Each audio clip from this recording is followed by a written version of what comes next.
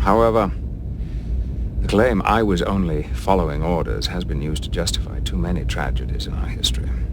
Starfleet doesn't want officers who will blindly follow orders without analyzing the situation. Your actions were appropriate for the circumstances. I feel as though I've been handed a weapon, sent into a room, and told to shoot a stranger. Well, I need some moral context to justify that action. I don't have it. We must attack!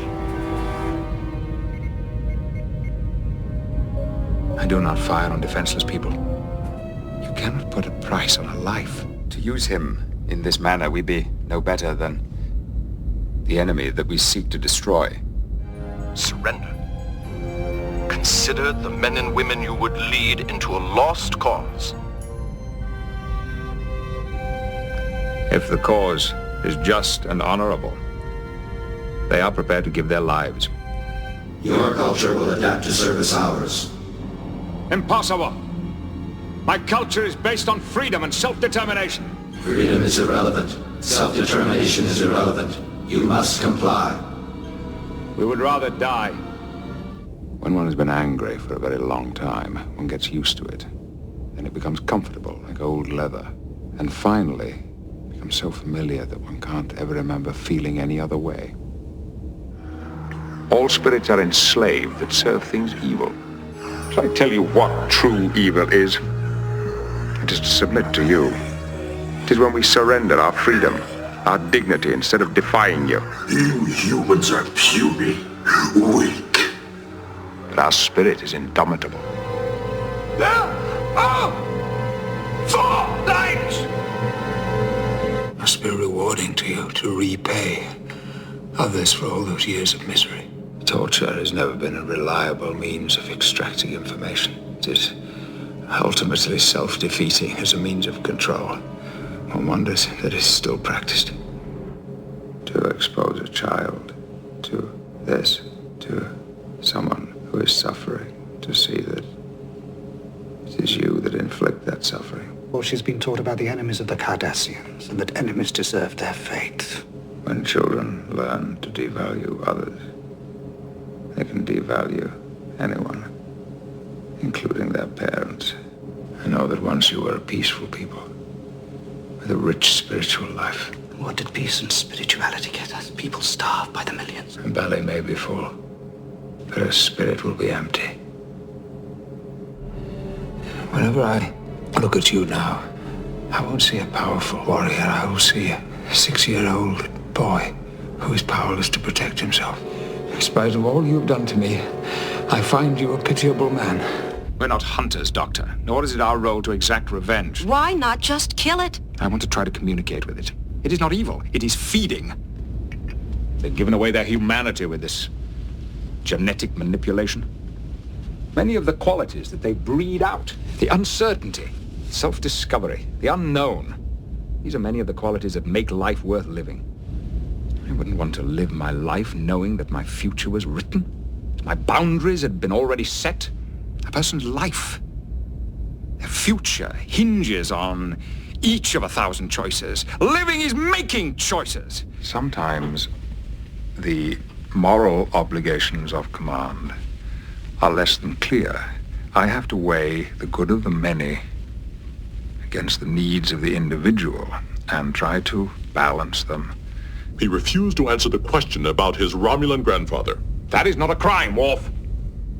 Nor can we infer his guilt because he didn't respond. Sir, the Federation does have enemies. We must seek them out. Oh, yes. That's how it starts. Sir, if a man were not afraid of the truth, he would answer. Oh, no. We cannot allow ourselves to think that.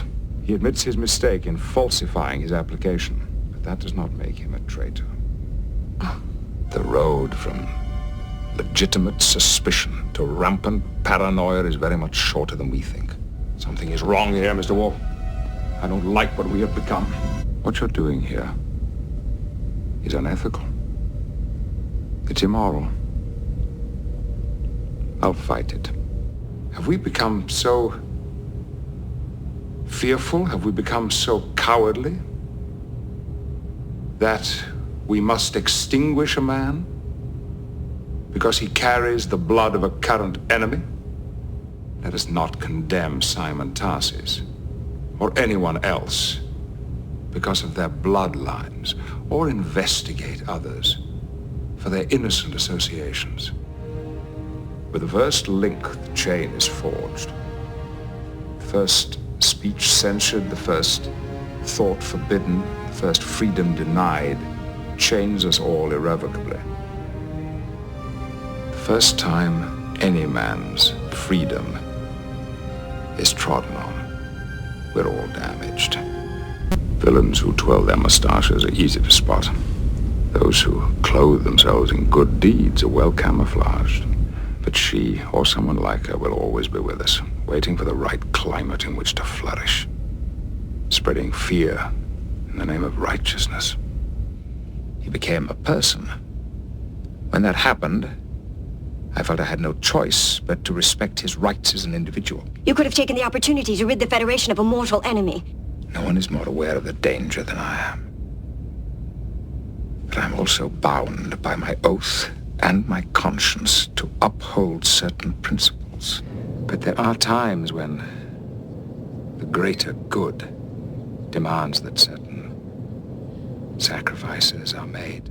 These settlers on Dorvan 5 originally left Earth more than 200 years ago in order to preserve their cultural identity. You see, Admiral, there are some very disturbing historical parallels here. Once more, they're being asked to leave their homes because of a political decision that has been taken by a distant government. They were warned that the planet was hotly disputed by the Cardassians. The bottom line is they never should have gone there in the first place. Granted, but to go to them now after 20 years and ask them to leave what is now their home. The last war caused massive destruction and cost millions of lives. Don't send our two peoples down that same path again. Not like this.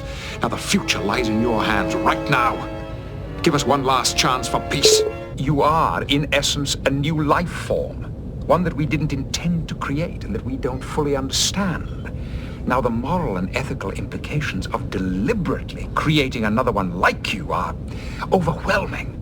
The first duty of every Starfleet officer is to the truth, whether it's scientific truth, or historical truth, or personal truth.